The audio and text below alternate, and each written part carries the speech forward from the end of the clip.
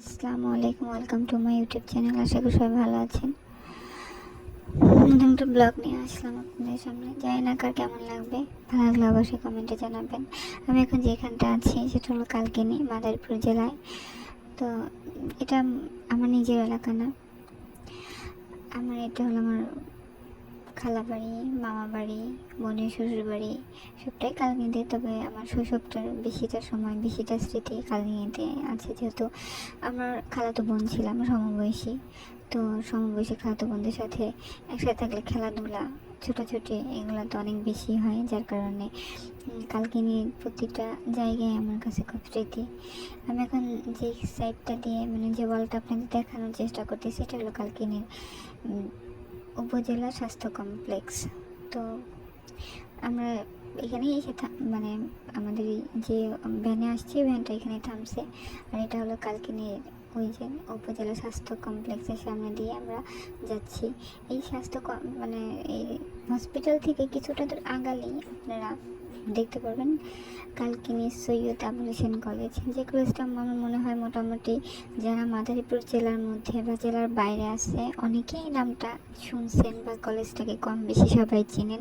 তবে যখন আমার মামা বাড়ি যাইতাম এই কলেজের সামনে দিয়ে, তখন ছোটোবেলা থেকে আমি শুধু ভাবতাম যে আমি কলেজে পড়বো। দেখছেন কলেজটা অনেক সুন্দর, আমার কাছে অনেক ভালো লাগে, জানি না কার কাছে কেমন লাগে। আবুল হোসেনের প্রত্যেকটা কলেজই আমার কাছে অনেক বেশি ভালো লাগে, যেহেতু আমি তার কলেজ থেকে ইন্টার কমপ্লিট করেছি। আর তাদের কলেজের মানে যে বিশাল বড় মাঠটা থাকে, ওই মাঠটাই আমার কাছে আরও বেশি ভালো লাগে। খোলামেলা যাইতে যাইতে দেখেন একটা সামনে ঘোড়াও দেখলাম। আর এটা হলো কালকিনি উপজেলা, যেটাকে উপজেলা বলে। এখানে এখন নাকি আমি শুনছি মাদারীপুর যে লেকটা, লেকের মধ্যে আর কি তারা করার চেষ্টা করবে। তারপরে এই পাশে আসছে হলো পৌরসভার একটু ওই পাশে আসছে সার্কিট হাউস, যেটা আসলে একটা সময় এরকম বাউন্ডারি ছিল না। আর এই সার্কিট হাউসের পিছনে আসছে বিশাল বড় চক। এখন হয়তো এরকম নাই, অনেকটা চেঞ্জ হয়েছে। এই যে সার্কিট হাউসটা, এখানে আমরা আমার খালাতো বোনের সাথে খেলতে আসতাম। ওদের বাসা থেকে পিছিয়ে থেকে খেলতে আসতাম। কি সুন্দর একটা কৃষ্ণচূড়া গাছ। এই যে যে বড় বড় বিল্ডিংগুলো দেখতেছেন, যখন আমাদের শৈশবটা এখানে কাটছে তখন ঠিক এরকম ছিল না। এই জায়গাগুলো পুরোটা খোলামেলা ছিল। এই যে আপনার সাথে কথা বলতে বলতে আমার খালা আমাদের বাসার সামনেই আমরা চলে আসছি। এই যে যে কাঠের দোকানগুলো দেখতেছেন, এই জায়গাটা পুরাপুরি ফাঁকা ছিল। এই কাঠের দোকানগুলোর পিছনেই আমার খালাম্মাদের বাসা।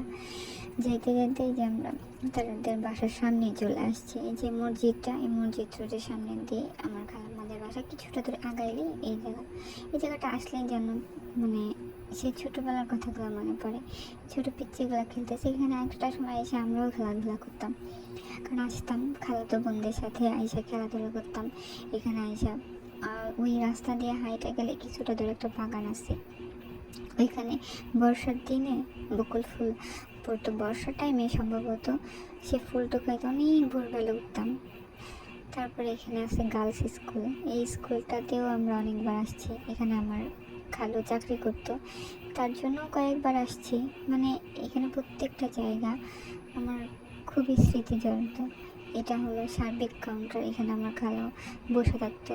সে আজকে আর পৃথিবীতে নেই, আল্লাহ তাকে জান্নাতবাসী করুক। অনেক ভালোবাসতেন আমাদের, অনেক। মামা বাড়ি যেতে যেতাম না।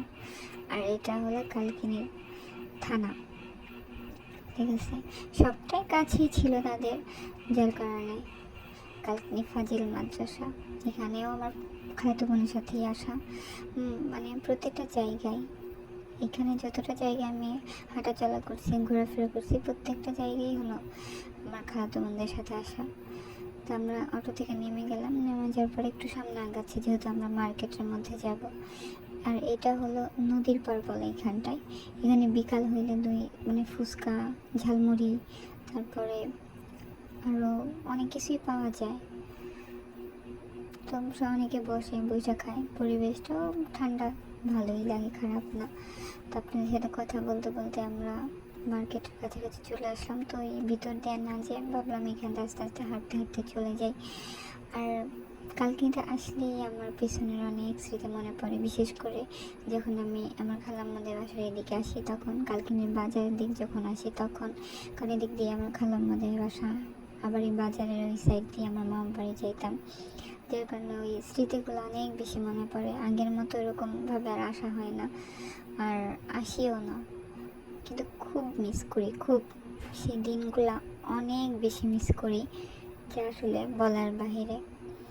এই যে আমরাও একটা দোকানে চলে আসলাম, আর আমাদের মার্কেটে ঘুরতে ঘুরতে একটু সন্ধ্যা হয়ে গেল।